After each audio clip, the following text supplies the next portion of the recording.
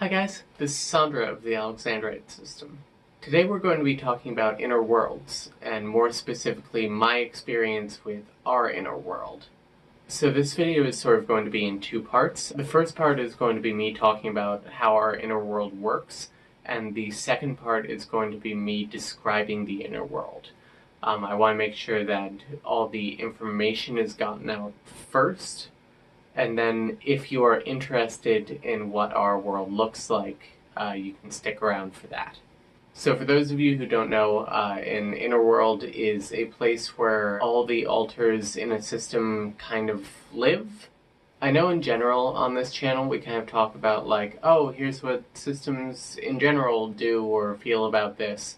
But I'm mostly going to be talking about my personal experiences with our inner world, because from talking with other systems in the community, it seems like our inner world is sort of unique, or at least the way it operates is unique. And kind of this is a way for me to get it out there and see if anyone else experiences this same sort of thing. So a lot of systems that we know, their inner world is something that is like constantly running, even if they're not directly interacting with it. The rest of their system who's not fronting at the moment actually like goes there and does things while they're not fronting. That's not quite so true in our system. If whoever is fronting is not near that area of the inner world, that area of the inner world kind of pauses. The best metaphor I can use for it is in Minecraft, the way that things are loaded. When you walk to an area, the chunks around you load and keep moving. So if you're in a certain distance of a place, things are still happening. So if you're near a village when the sun goes down, zombies are going to go around and attack those villagers. But if you are far enough away, when the sun goes down, nothing will happen there, because the game can't run everything in this infinite world at the same time. So each of us does go to the inner world when we're not fronting, but if you're not co-conscious with the current fronter and you're not near where the current fronter is in the inner world, you're not going to remember if anything happened to you or not. For example, a few months ago, Claudia and Dice had an argument away from the front. Both of them remember this argument happened, and they remember the conclusion that they came to at the end of the argument, but they don't remember anything about it. They don't remember how long it took, they don't remember basically any of the words that were said. They don't remember where it took place, but they remember that it happened, and they remember the end. And unfortunately, if people need to have an important conversation that they need to remember, they're going to have it near front. So after this initial fight between Dice and Claudia, there was another one soonish after. Things are okay between them now, by the way, just like for the record. I was getting dressed and talking to Mads, and while I was trying to focus on what they were saying and like my responses to it, Claudia, Dice, and Beatrice were back here having their own like separate argument that I was not involved with at all, but I couldn't ignore because it was like right here.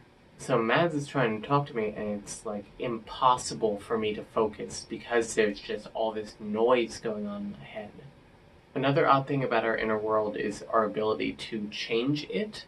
Sometimes we can, and sometimes we can't. There doesn't seem to be a direct pattern to what allows a change and what doesn't allow a change. At first we thought that everyone who the change affected had to agree to it. There was a time where Glow was having some sort of issue in her room, and my thought was, okay, let's just build another room for Glow. But Glow didn't want another room, so I tried to just like pull one up out of nowhere, and the walls would go up and then just crumble back down. And that's the sort of thing with this. It's not that we can't build it, it's just that it's like sand. Like, if you don't all agree to it, it just dissolves. But contrary to this evidence, there was one time during therapy, Susan was talking about things that might make her space in the inner world a bit better, and she thought, well, maybe I could, like, have a cat in the inner world. Like, we've heard of, like, NPC pets. NPCs are, like, people who live in the inner world, but they're not alters. So she said, okay, let me just try and, like, make an NPC cat to live here. And she tried to make one, but again, it was like she couldn't hold on to it. So we don't know what's up. I think there was one time where we tried asking Audrey to make something for us, and it actually stuck around, but I can't remember what that was, and I'm not sure that Audrey has that power all the time. Alright, so let's talk about what our inner world is like. So I know a lot of YouTubers will try and depict their inner world through like The Sims or Minecraft or something, drawing too, but I don't really have any drawing skill, and our world is too fluid for something like The Sims, and it's not something I'm quite able to build in Minecraft, though we're gonna try and work on that, and maybe we'll do a tour of that someday. But I thought the best way to approach this would be just me describing it and talking about it. So the part of our inner world that I'm most familiar with is a sort of mansion. I've never found any entrance or exit doors to this building, so I'm going to start with what I think of when I think of the quote-unquote entrance to our mansion. You're standing in a wide room, and it is fairly brightly lit. It's very warmly lit. There are sort of like yellowy beige tones to this room. There are two staircases flanking either side of a double door, and the staircases go up in like a curve to a balcony that has another double door at the top there, and then two hallways that go in either direction off of that door. Before we move into either of these sets of doors, there is one other feature. The right-hand staircase, if you're facing the doors, the wall there that like the staircase is part of, if that makes sense, that's a false wall. You can just walk right through that, and you walk into a white void. It is pretty featureless. I don't think that we can call up anything in this room, but it is just an infinite stretch of white as far as you can see. So moving into that first set of double doors on the ground floor, it opens up into what is a common room. The common room is very dimly lit. It is the room is sort of roundish in structure. At the far back there is a fireplace, and above the fireplace is there's a sword hung above the mantel. That's actually Audrey's sword. When she first showed up, she had a sword and shield with her. I think she still has the shield somewhere, but she decided to hang the sword above the mantel. I guess she didn't need it anymore. There are bookshelves along a lot of parts of the walls here, and in the center of the room there are a number of chairs. The number of chairs and which chairs they are changes depending on who is around. Each of us sort of has our own chair. Mine is a tallish red armchair. Claudia has this very ostentatious, like gothic throne. Glow actually has a chair that's very similar to mine.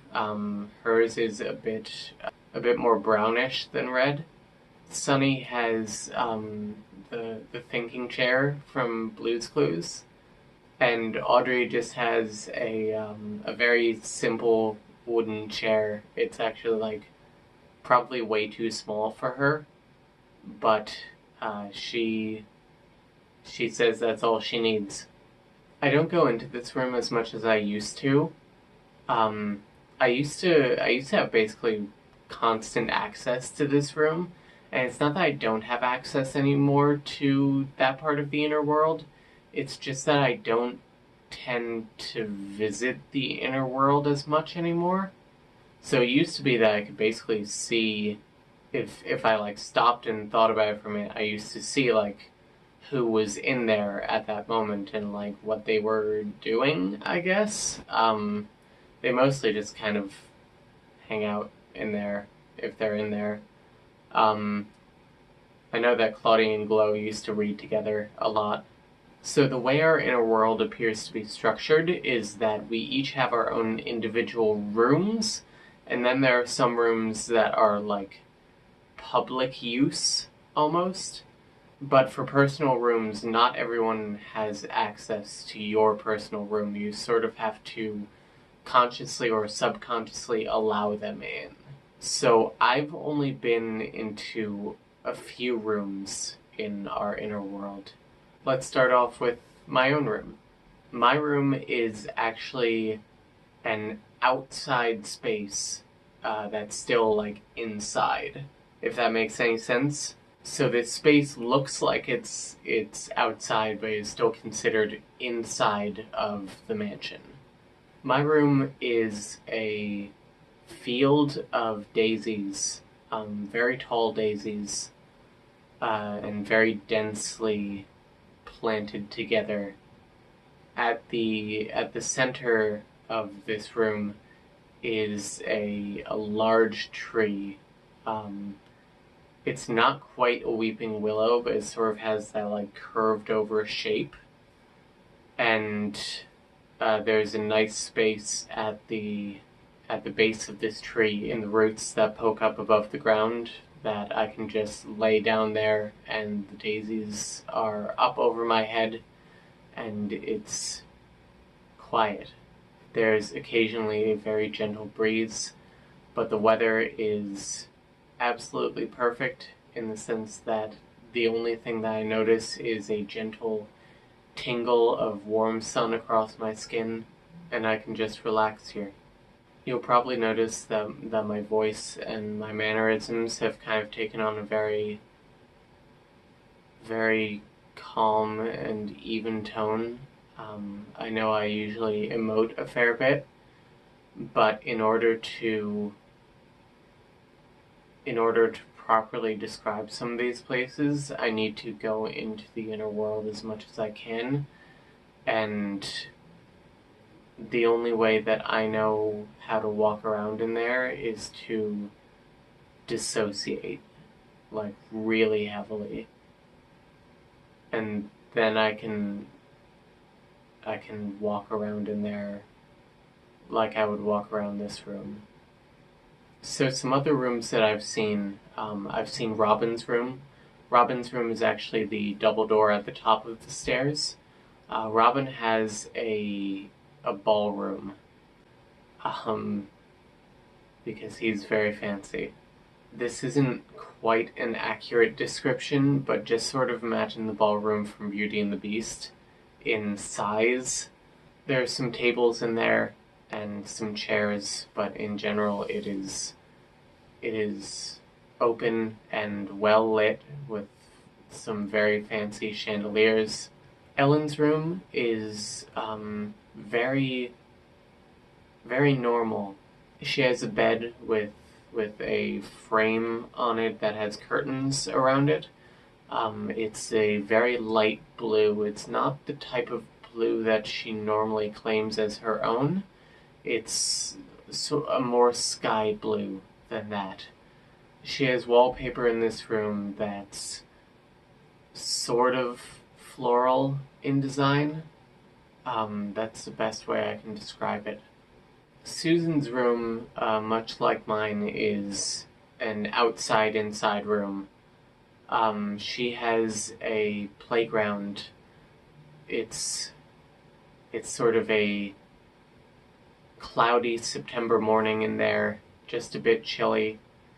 and she has a swing set and a treehouse that she has a sleeping bag in. Claudia's room is really interesting. Claudia's entire room is upside down, if that makes sense. When you walk into this room, gravity flips in a way. Not in a way that all of a sudden, like, you go whoop and you're on the ceiling now. It's more like you're still walking around it and it looks like nothing has changed, but you look back at the doorway and everything in the doorway is now upside down. And her room is very dimly lit, and there is a lot of red and black. It's very much a vampire room. Claudia's not a vampire, but she's very, if you've watched the channel, you know Claudia. Her room very much reflects that sort of quiet intensity that she has. Glow probably has the most objectively pretty room in our system that I have seen. When you walk into Glow's room, it is a bed that all you can really see is the black silhouette of it. That bed is just on an invisible platform out in space. It's not like the night sky in any sort of urban-ish area where you can see some stars but not really. It is an entire swirling galaxy out there with all sorts of blues and purples and all sorts of pretty colors out there. And every time I've seen her in this room, she just sits on the bed and she stares out. At first, when I started exploring the inner world, I thought that the mansion was the only part of it, but then when Beatrice came along, I couldn't find any space for her in here. And whenever I thought about, like, where does Beatrice live, I keep getting these, like, flashes of, like, a cottage on a cliff by the sea, and the waves just lap up against that cliffside. So I'm not sure if she has an outside-inside room, or if perhaps there is an outside to the mansion, and she lives out there. So yeah, that's every part of the inner world that I can access at the moment. So in the comments, let me know if you have any similar experiences with your inner world, and maybe tell me like one cool thing that you have in yours. And make sure to like the video if you like the video, and hit subscribe for more of our content. I will see you next time, guys. Bye.